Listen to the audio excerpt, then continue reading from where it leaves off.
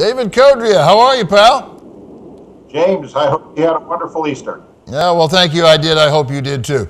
Listen, things are good. I got Pete, so. Hey, how's the weather in Ohio?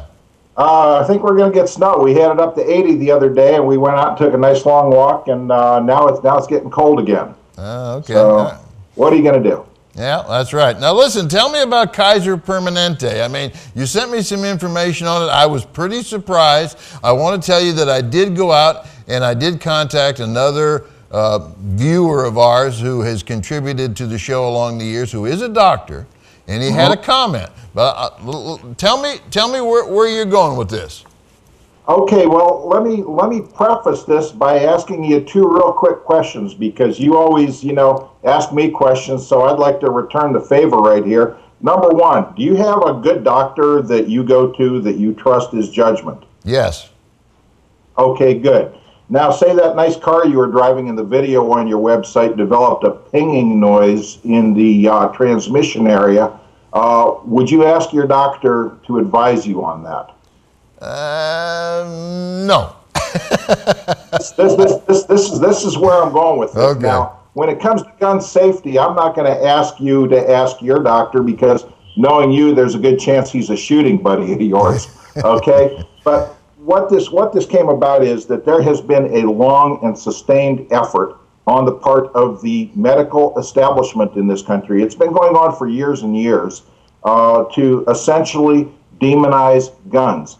This manifests itself in doctors asking patients questions about, do you have guns in the home, and presuming to give them advice on safe storage as if one size fits all. So that you have not just the Kaiser Permanente form, but also, any HMO that you check. I checked with Cigna, and on their website they advise do not keep firearms in your home. And if you do keep them, unload them, lock them up, lock ammunition in a separate place.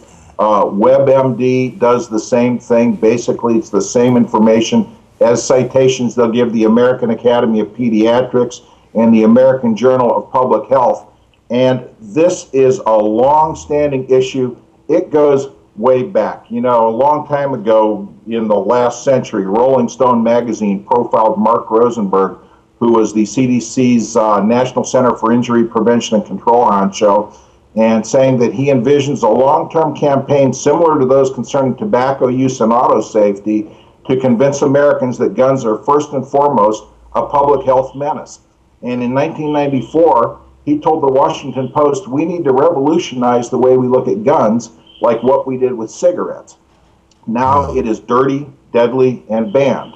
And this guy, just as a way of update, he's now president and CEO of the Task Force for Global Health, which is a coalition of World Health Organization, UNICEF, the UN Development Program, the World Bank, and the Rockefeller Foundation, just to give you an idea of how widespread and universal this sentiment goes. You have someone like Deborah Prothrow-Stith, who is the dean of the Harvard School of Public Health, who wrote that my own view on gun control is simple. I hate guns and cannot imagine why anybody would want to own one. If I had my way, guns for sport would be registered and all other guns would be banned. So this is where the leadership is going with this. The way that they're implementing some of this down to the lower levels is through policies and is through forms like the one that I presented on my Gun Rights Examiner site, where they will tell someone to not have a gun, and or if you do, to lock it away. And of course, we know from real world experience that if an intruder happens to break into your home, he's not going to wait while you excuse yourself for a moment to go and unlock everything and find the ammo and load everything up and be prepared to encounter him. Right. It's ridiculous that that advice is being proffered. Naturally, of course, as responsible gun owners, we have to take pains to ensure that what we have is secured from unauthorized people. I have guns that are locked up and unloaded myself, but those are guns that are not in use and that I don't envision having to use. I also have, my sons are, teenagers now, but I had guns when they were little guys, and one of the first things I did was give them age and development appropriate training to take a lot of the mystery and a lot of the forbidden fruit out of things and had them at the range at an early age, and you know, they know darn well what can happen, and you don't always have your kids with you. There's nothing to prevent them from discovering a gun at a friend's house. I want them to know what to do if something like that happens. And I think that's a good point. But let me just, and I pass this on. First, let me say that that was a form that I did look at that you sent me. Unfortunately, I didn't have time to get it up to show the folks. But that is the entry form into the hospital, correct? I mean, that's the first thing that you fill out, right? As I understand it, this particular form, I didn't put too much emphasis on it because I considered it representative and generic of plenty of other forms that I've seen through other mediums and through other organizations. This was a form that a reader sent me that his wife received upon a visit to an OBGYN, okay? Which, you know, what that has to do with, you know, with anything is beyond me. But the point being that a doctor who does give this advice or pass it on to a patient, you know, medical authorities, we look at them with good reason as being authorities because these people go through an awesome amount of education and training, and for the most part, they're lifesavers and they do a wonderful job. By the same token, and the reason I preface things with questions is that there are some things beyond their experience and beyond their expertise, and a friend of mine who's since passed away, it was a former Los Angeles County Deputy Sheriff. He was a professional risk management consultant, and he wrote an essay that basically said, look, you know what, you're causing a risk for yourself and a liability if you're dispensing what amounts to medical advice and you have no qualifications or no certifications for doing so. And I read his essay and said, you know, this is really good. Let me turn it into a form. So we worked on it together, and we came up with a liability form. And essentially what we're asking is, we're saying, okay, doctor, if you give us advice on gun safety, we want you to do a couple things. Number one, we want you to certify what your training and qualifications are to dispense professional advice that we're supposed to follow. Or number two, we would like you to admit that you have no such training. And if that's the case, we want you to then certify for us that if we take your advice and something goes horribly wrong, that your risk management department and your insurance carrier are going to be okay with that. And we did this essentially to make a doctor think twice about just blindly passing on what the corporation tells him to pass on, and or presuming to be an authority where in fact he has no area of expertise. And by further asking that it be placed in the chart, we're hoping that something like this would then filter up to the risk management department and to the shakers and movers at the top and say, you know what, it's right, we're not qualified to be telling people something, and if something happens that's bad that's a result of our advice, someone could make a case that we knew or should have known that negative repercussions could happen from that. So that's where we're at. David, actually, if I were to go back in years, I can tell you of the two professions that I have hunted with the most, one of them has been doctors, and two would probably be attorneys. Now, but before we run out of time, though, let me just read to you what Dr. Laub's response was to that question. And I'm going to quote some of this.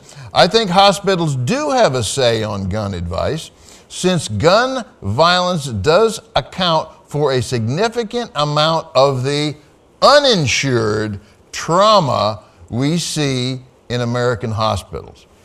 Well, that was his response.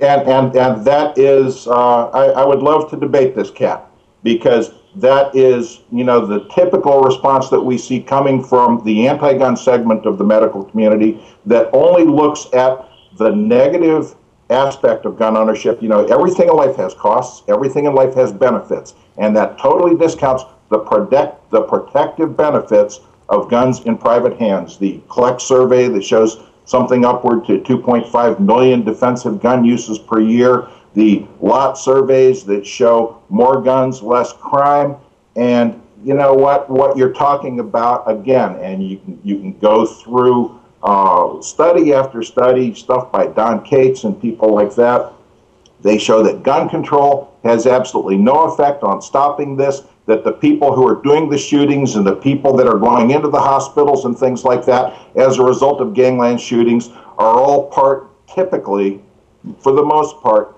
of an underworld culture. They're not legally allowed to have guns anyway. They are committing crimes in the process. They're associating with no criminals.